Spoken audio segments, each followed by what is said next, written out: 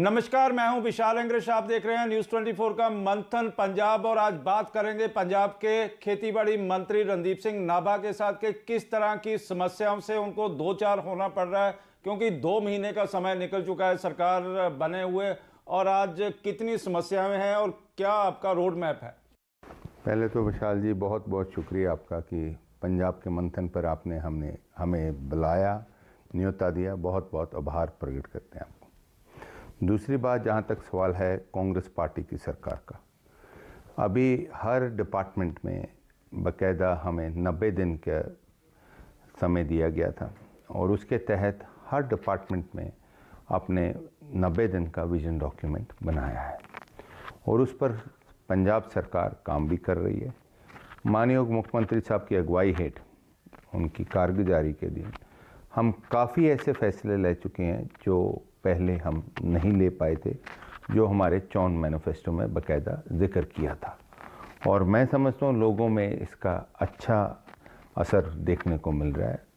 और जो नेशनल सर्वे पार्टियों ने कराए हैं, बाकायदा उसमें 21% पहले के मुख्यमंत्री से और अब के मुख्यमंत्री में इजाहा फ़ायदा हुआ है कांग्रेस को, जो रिपोर्टें आ रही हैं।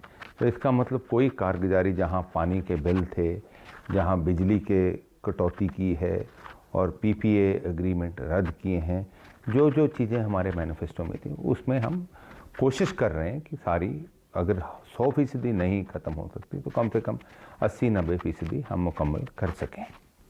जब सरकार में आप मंत्री बने तो सबसे बड़ी समस्या आई गुलाबी सुंडी की, और जो मालवा बेल्ट थी वहाँ का किसान आर्थिक रूप से काफ़ी क्षतिग्रस्त हो गया।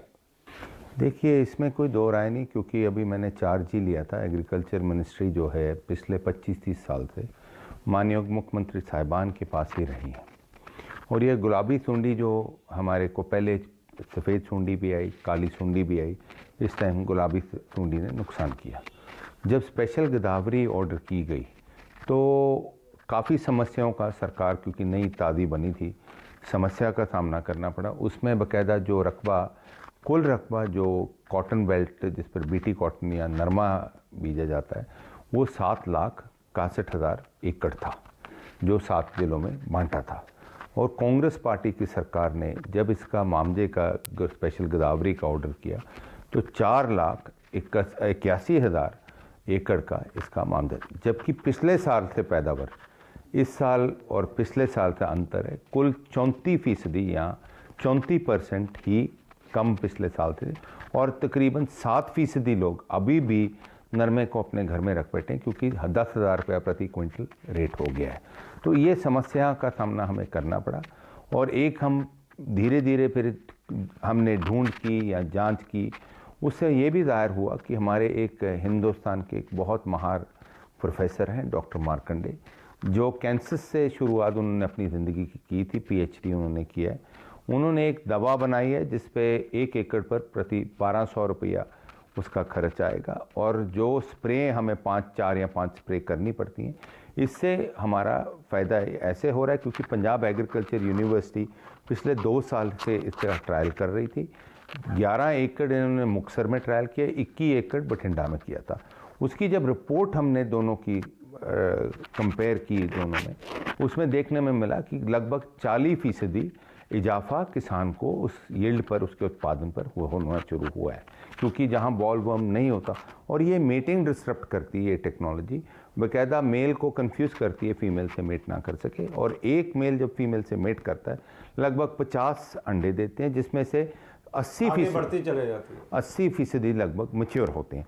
तो इसमें अगर हम 450 जगह पर 1 एकड़ में लगा देते हैं, एक दिन में प्रति 5 एकड़ से 6 एकड़ किसान एक दिहाड़ी को लगवाकर ये लगा सकता है, और इसका फ़ायदा आने वाले समय में भी होगा। हम ये टेक्नोलॉजी को पंजाब में लागू करने जा रहे हैं। तो लागू करने जा रहे हैं 1200 रुपया पर प्रति एकड़। तो इससे पहले मुख्यमंत्री ने दावा किया था, जब स्टार्टिंग में वो पंजाब के डिप्टी CM रंधावा के साथ वहाँ पे गए भी थे बठिंडा में, कि हम आपको दवाई फ्री देंगे।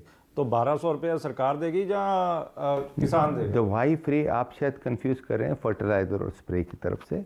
आप इसको, ये दवा है, ये प्राइवेट जो बाहर विदेश में जर्मनी में या अमेरिका में $385 की एक ट्यूब बिकती है, लेकिन हम उनको यहाँ वज़ीराबाद में उनको इनकरेज किया कि यहाँ वज़ीराबाद में आके फैक्ट्री लगाएं, ताकि ऐसी दवा और भी पैदा सब्जियों के लिए और बाकायदा हमारे फलों के लिए ये सब दवा इधर बना सकें, ताकि हमें सस्ती मिल सकें और उसका किसान उस पे किसान को सब्सिडी दी जाएगी जो सीधी मार्केट में वो ये मार्केट में देंगे, प्राइवेट अदारे से बना रहे हैं। उस टाइम सरकार हमें आप वो बात कर रहे हैं, गाय ने दूध दिया नहीं लस्सी रिड़कनी पहले शुरू कर दें, तो पहले अभी ये मैन्युफैक्चरिंग शुरू करेंगे। अभी प्लांट भी उन्होंने लगाना नहीं शुरू किया, तो हम अभी उनसे प्रोक्योर कर रहे हैं पंजाब सरकार की तरफ से।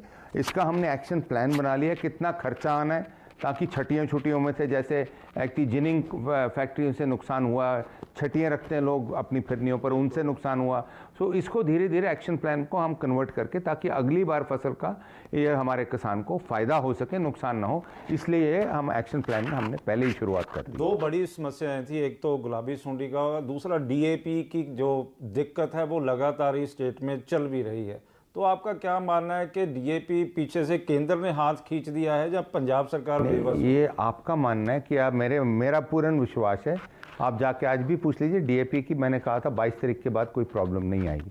आज भी डीएपी के जो रैक लग रहे हैं, कल लगना है, जलंधर लगना है, मैं आपको रोज़ तकरीबन 4 या 5 रैक लग रहे हैं। अब डीएपी की ज़रूरत इतनी नहीं है। अब हमें समस्या आनी है यूरिया की। डीएपी की वर्ल्ड वाइड शॉर्टेज रही थी, उसमें कोई दो राय नहीं है, क्योंकि जो डीएपी पहले हिंदुस्तान इंपोर्ट करता था, चीन से करता था। कोविड के कारण कई फैक्ट्री भी बंद रही, वर्कर नहीं जा सके, और चीन को भी वैसे सारे संसार ने बैन कर दिया। चीन ने खुद ऑर्डर मोरक्को की कंपनी के पास बेस किया, जो मोरक्को सबसे लार्जेस्ट मैन्युफैक्चरर हैं। तकरीबन उनकी फैक्ट्री से अर्जेंटीना और बाकायदा ब्राज़ील जैसी देशों ने उनसे ऑर्डर किया डीएपी का, और हमारी हिंदुस्तान की सरकार ने भी किया। लेकिन ये डीएपी को जो शॉर्टेज थी उसमें कोई दो राय नहीं, क्योंकि मैन्युफैक्चरिंग कम रही। फिर धीरे धीरे इन्होंने रूस से डीएपी मंगाना शुरू कर दिया, और जिसके कारण हम जिस दिन से मेरे को ये महकमा आया था, 1,97,000 मेट्रिक टन हमें एलोकेट किया गया था। ये फिगर मेरे पास हैं। जिस दिन से मैं जाके उनको मिला था, बाकायदा मैं 12 तारीख को जाके 12 अक्टूबर को मिला था। 12 अक्टूबर के बाद हमें उन्होंने बिल्कुल 2,56,000 मेट्रिक टन हमको एलोकेट किया।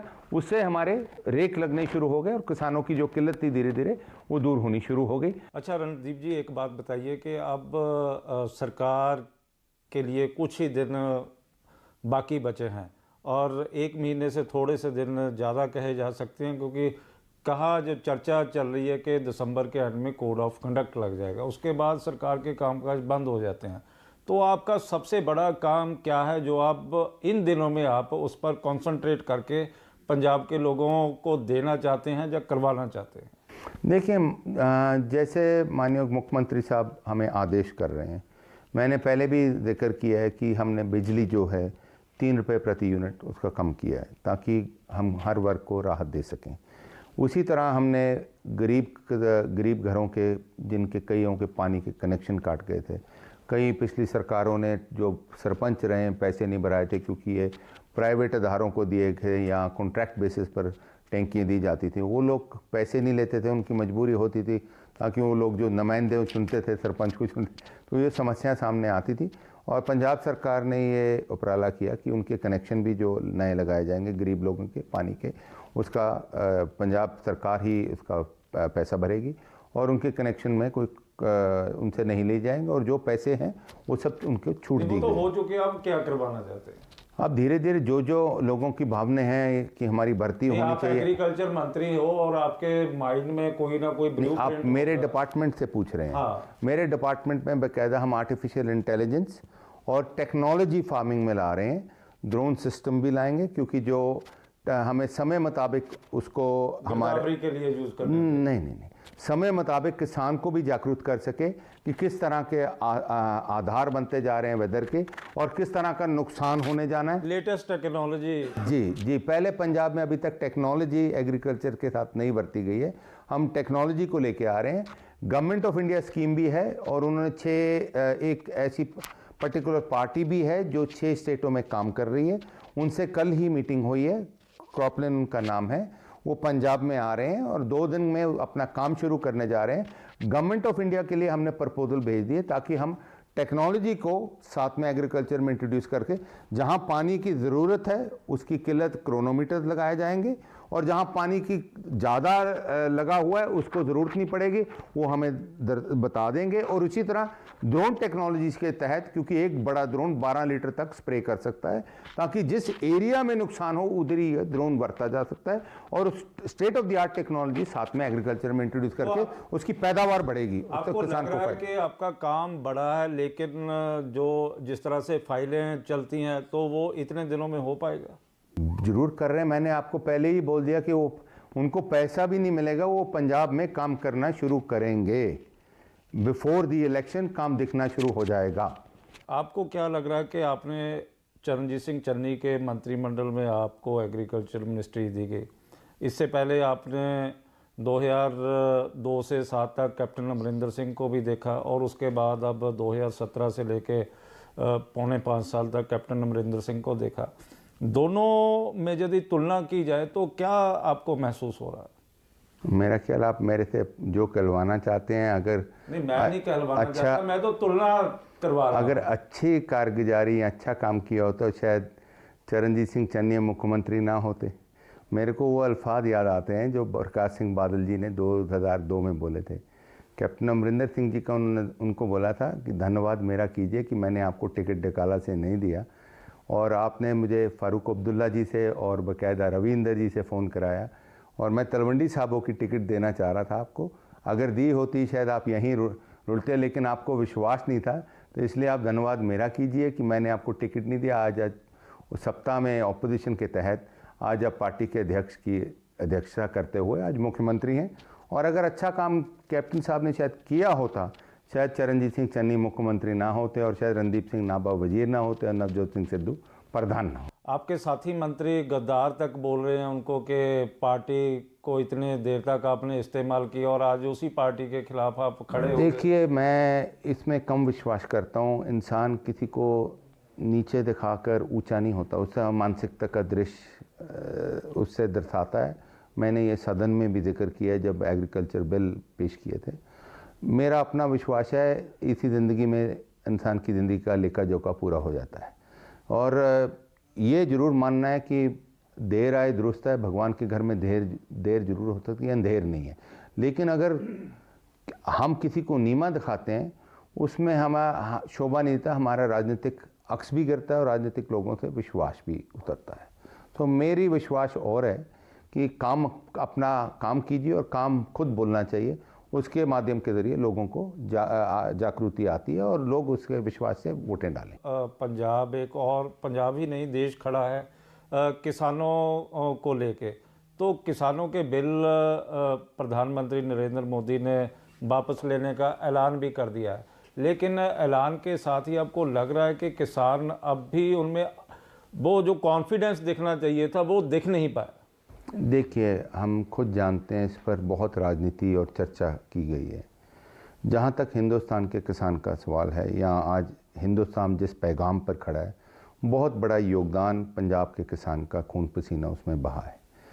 हरियाणा के किसान का, पंजाब के किसान, क्योंकि एक सूबा होता था, और ये सूबा वो सूबा है जिसकी मात्रा लगभग 2% से कम है, तकरीबन 1.5% है हिंदुस्तान की ज़मीन के मुताबिक। लेकिन 35% हमारे देश को गरीबों के टिड भरने के लिए या पेट भरने के लिए वो बाकायदा फूड ग्रेन पूल में कंट्रीब्यूट करते हैं। और हमने सबसे पहले ये कदम उठाया था, जो हमने रेजोल्यूशन डाला था, पंजाब विधानसभा का स्पेशल सेशन बुलाया गया, उसमें रेजोल्यूशन माननीय मुख्यमंत्री साहब की अगुवाई हेठ वो तो दूसरी बार डाल दिया ना आपने रेजोल्यूशन। नहीं, उसमें थोड़ी सी अमेंडमेंट हमने की है जो आपने बाकायदा शायद पढ़ी भी नहीं होगी। उसमें एक लाइन बाकायदा 2 लाइनें लिखी गई हैं कि ये रेजोल्यूशन पंजाब में ये किसान के 3 काले कानून लागू नहीं जो पहला रेजोल्यूशन क्या उसमें अमेंडमेंट है कि हम इसको नहीं मंजूर करते। लेकिन वो तो गवर्नर के पास ही पड़ी रही उसको, लेकिन अब तो ये कहा जा रहा है। नहीं, मैं आपको स्पष्ट तौर पर बता रहा हूँ, इस रेजोल्यूशन में 2 लाइन जो लिखे गए हैं वो स्पेसिफिकली लिखे कि पंजाब सरकार ये कभी कानून 3 काले कानून पंजाब में लागू नहीं कर पाएगी या ना करेगी। इसका मतलब ये रेजोल्यूशन को रद्द करना पड़ता, तब जाके 3 काले कानून, चाहे कोई भी सत्ता में सरकार बनती, तब जाके 3 काले लेकिन कानून। अब तो वो खत्म ही हो गया सारा कुछ। चलो वो अभी तक कहते हैं सपने दिखा रहे हैं, आप खुद ही आप मेरे से ये सवाल पूछ रहे हैं किसान संतुष्ट नहीं लग रहे हैं, तो आज मैं समझता हूँ, मैं उसका स्वागत करता हूँ, लेकिन जो संघर्ष किसानों ने किया 11 महीने, लगभग 700 ज़िंदगी, मासूम ज़िंदगी खो बैठे हैं, उनके परिवारों को रिहेबिलिटेट करने की ज़रूरत है, उनको विश्वास जताने की ज़रूरत है कि हम देश की सरकार आपके साथ खड़ी है। लेकिन जो ये नुकसान देश का हुआ है इस किसान आंदोलन के तहत, वो नुकसान वापस नहीं लाया जा सकता। किस तरह का चुनाव इस बार देखने को मिलेगा, क्योंकि पॉलिटिकल पार्टियां बहुत ज़्यादा हो गई हैं, आम आदमी पार्टी हो गई है, कैप्टन अमरिंदर सिंह की पंजाब लोक कांग्रेस हो गई है, बीजेपी हो गई है, श्रोमणी अकाली दल हो गया है, कांग्रेस होगी, आपका मुकाबला किसके साथ होगा? देखो दिलचस्प चुनाव होगा, पर मेरे को पूर्ण विश्वास है कांग्रेस बहुमत हासिल करेगी। आपका मुकाबला किसके साथ होगा? हमारा, मेरे मुताबिक, मैं आज ये इस पर तकरीर करूं मैं कह नहीं सकता, या अकाली दल या आम आदमी पार्टी से ही लग रहा है। लेकिन आम आदमी पार्टी के जो चीफ हैं अरविंद केजरीवाल, वो पंजाब के आज दौरे पर भी हैं और कह रहे हैं कि पंजाब में नाम नहीं लिया आपके मुख्यमंत्री का, एक नकली केजरीवाल घूम रहा है। देखिए, मैं पहले भी जिक्र कर चुका हूं कि किसी को इंसान नीमा दिखा के ऊंचा नहीं होता, उसकी मानसिकता दिखती है। केजरीवाल साहब हमें पंजाब में कहते हैं, बार बार जाके पहले ऐलान करते थे कि हम दिल्ली मॉडल पंजाब में देना चाहते हैं। हम चाहते हैं हम पंजाब मॉडल दिल्ली में दे दें। अगर उनकी इतनी अच्छी कारगुजारी होती, उनको शायद पंजाब की तरफ देखने की ज़रूरत ना पड़ती। कहीं ना कहीं दिल्ली में उनसे चूक रही है। 2 चीज़ों पर बार बार वो तवज्जो देते रहे, एक मोहल्ला क्लिनिक, दूसरा विद्या के क्षेत्र में। और हमारे जो पढ़ाई लिखाई के स्कूल हैं, सरकारी स्कूल 12,568 स्कूल हैं। हमारा जीएसटी शेयर जो है 14,000 से लेकर 17,000 करोड़ रुपये है। उनके 1100 स्कूल हैं, 1100 स्कूल में उनका 53,000 से लेकर 56,000 करोड़ रुपये है, क्योंकि देश की राजधानी है, उनका जीएसटी का शेयर है। और विद्या के क्षेत्र में पंजाब पहले स्थान पर है, दिल्ली चौथे पर है। तो अब फ्यूचर में आप पंजाब का मुख्यमंत्री नवजोत सिंह सिद्धू को देखते हैं या चरणजीत सिंह? वो हमारा आला कमांड हाई कमांड का फैसला है, जिसको वो मुनासिब। लेकिन कहा जा रहा है कि दलितों की यदि बात की जाए, 32% दलित हैं और 19% जट सिख हैं, तो दलितों को प्राथमिकता देनी चाहिए जहां जट सिख? नहीं, ये आपके फिगर्स गलत हैं। दलितों की 34% है, जट सिखों की 22% है। ये वैसे भी फैसला हाईकमांड का होगा, जो हाईकमांड कहेगी। अभी भी हाईकमांड ने फैसला किया, सबने स्वागत किया। जो मुख्यमंत्री का चेहरा लेके उतरेंगे जहां बिना चेहरे के ही उतरा जाएगा, जो सोर्सेज भी हमें बता रहे हैं कि विदाउट मुख्यमंत्री का चेहरा लिए आप चुनाव में जाओगे, तो अगर आपको सोर्सेज ने बताया शायद तो सही हो सकता है। देखिए, जहाँ तक सवाल है, हमारे प्रभारी हरीश चौधरी जी ने ऐलान कर दिया है, आपकी प्रेस कॉन्फ्रेंस में ही किया है कि हम मुख्यमंत्री चुनाव के बाद बनाएंगे। सो जो पार्टी फैसला करेगी, पार्टी उसके साथ तो लेकिन आपने तो दलितों को बहुत सब्जबाग भी दिखा दिए कि आपका मुख्यमंत्री बनेगा, और आज भी वो पूरी तरह दिन रात एक काम कर रहे हैं। तो मुख्यमंत्री साहब अभी हैं पंजाब में, वो काम कर रहे हैं, तो उनको अच्छी शलाघा करनी चाहिए। अगर अच्छा काम कर रहे हैं, हम बुरा काम करेंगे, हमें भी उसको संताप भोगना पड़ेगा। बिजली के ऊपर अकाली दल कह रहा है कि आपने 3 रुपये सस्ती करने की बात कर दी। जो नए बिल आए हैं तो वो तो विदाउट 3 रुपये सस्ती के ही पूरे के पूरे बिल आ गए लोगों। मेरा ख्याल आपका ये अकाली दल हर चीज़ पर सियासत करने की कोशिश करता है। आज ही विक्रम मजीठिया ने प्रेस बिल्कुल, ये जो ऐलान हुआ है 1 दिसंबर से, पहले आप प्रोसीडिंग पढ़ लीजिए, 1 दिसंबर से ये ऐलान किया गया कि 1 दिसंबर से 3 रुपये प्रति बिल पर कटौती आएगी। और यही हम कांग्रेस पार्टी जो फैसला करती है और जो कैबिनेट में पास होता है उसको लागू किया जाता है। तो आपका हल्का है अमलो, उसमें सबसे बड़ी जो इंडस्ट्री आती है, लोहे की इंडस्ट्री है, उसके लिए कोई प्लान तैयार किया गया है? क्या कहेंगे आप इंडस्ट्री को लेके, क्योंकि मंडी गोविंदगढ़ धीरे धीरे नीचे की तरफ जा रहा है, ऊपर की जगह जाने? ये आपका मानना है कि नीचे की तरफ जा रहा है। कल ही उसको एक राष्ट्रीय अवार्ड मिला है, शायद आपको मालूम नहीं होगा, केंद्र की सरकार ने उनको राष्ट्रीय अवार्ड दिया है। जहाँ शहर भी मंडी गोविंदगढ़ ही है, सबसे ज़्यादा पोल्यूटेड गिना जाता था, उसको नॉर्थ जोन में 3रा स्थान दिया गया है पोल्यूशन के, स्वच्छ भारत की तरफ से। आपका खन्ना पीछे रह गया है। और दूसरी बात, ये 480 स्थान में था जब पहली बार था, और उसके बाद जब से हमने चार्ज लिया है इसके नुमाइंदगी कर रहे हैं। आज तीसरे स्थान पर नॉर्थ जोन में है, पंजाब में दूसरे स्थान पर है।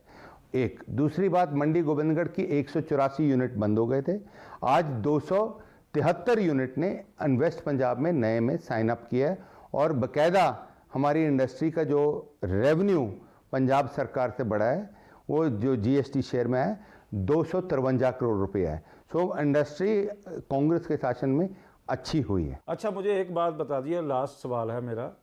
अरविंद केजरीवाल कहते हैं कि महिलाओं को मैं 1000 रुपया दूंगा प्रति महीने की दर के साथ, तो यदि उसकी कैलकुलेशन की जाए तो वो लगभग 12,000 करोड़ रुपए से ज़्यादा का बनता है, और आपके पास जो जीएसटी की अर्निंग है इस महीने की आई है वो लगभग 11,000 करोड़ की आई है। तो किस तरह से ये फ्री के लॉलीपॉप राजनीतिक पार्टियां, आप भी फ्री, हर राजनीतिक पार्टी फ्री की ओर जा रही है, तो फ्री में पंजाब का जो फाइनेंशियल क्रंच है वो लगातार बढ़ता चला जा रहा है, 3 लाख करोड़ तक जा भी पहुंचा है। उससे ज़्यादा पंजाब को दिवालिया करने के लिए कोई कसर तो बाकी रह नहीं जाती। देखिए, आप मेरे को पता नहीं आप केजरीवाल साहब को क्यों बेंचमार्क बना रहे हैं। अगर इतने कामयाब होते दिल्ली बहुत तरक्की कर रहा होता। केजरीवाल साहब की कहनी और करनी में बड़ा अंतर है। केजरीवाल साहब को एक बेंचमार्क मत लीजिए। केजरीवाल साहब का सपना है, राजनीति की बात कर रहा हूं मैं, बिल्कुल, पार्टियां दे रही हैं, अकाली दल भी, कांग्रेस भी और आम आदमी पार्टी। मेरा ख्याल कांग्रेस ने एक चौन मैनिफेस्टो बनाया था जिस पर लोगों ने विश्वास से हमारी सरकार बनाई। उसमें कुछ कमियां रहेगी, कुछ चूकें रहेगी जो हमारी सरकार पूरी करने की कोशिश कर रही है, ताकि चौन मैनिफेस्टो को 80 या 90% हम मुकम्मल कर सकें, ताकि लोगों का विश्वास हम दोबारा हासिल कर सकें। इसीलिए चौन मैनिफेस्टो बनाए जाते हैं। हाँ, ये जरूर मैं उम्मीद रखता हूँ कि इलेक्शन कमीशन इतना सख्त हो जाए कि जो भी पार्टी चुनाव मैनिफेस्टो बनाती है उसके प्रबंध के लिए आप जो भी बोझ सरकारों पर डाल रहे हैं उसको कैसे पूरा करना है, वो इलेक्शन कमीशन का फैसला निर्णय जरूर होना चाहिए, या सुप्रीम कोर्ट की कोई गाइडलाइन आनी चाहिए, और बकायदा ये लागू कितनी फीसदी होना चाहिए उस पर भी उनको विचार कर लेना चाहिए, ताकि राजनीतिक पार्टियों का भी और लोगों का भी इससे फायदा हो सके। धन्यवाद रणदीप नाभा, आपने न्यूज़ 24 के मंथन में आए और बताया कि आपकी सरकार का प्लान क्या है, किस तरह से आप चुनाव में जा रहे हैं। बहुत बहुत धन्यवाद विशाल जी, न्यूज़ 24 में आपने हमें न्योता दिया और अपने विचार रखने का मौका दिया। धन्यवाद।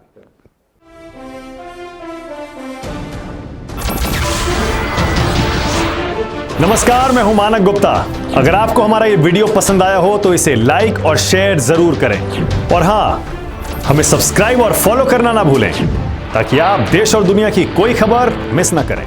तो जुड़े रहिए हमारे साथ और देखते रहिए न्यूज़ 24।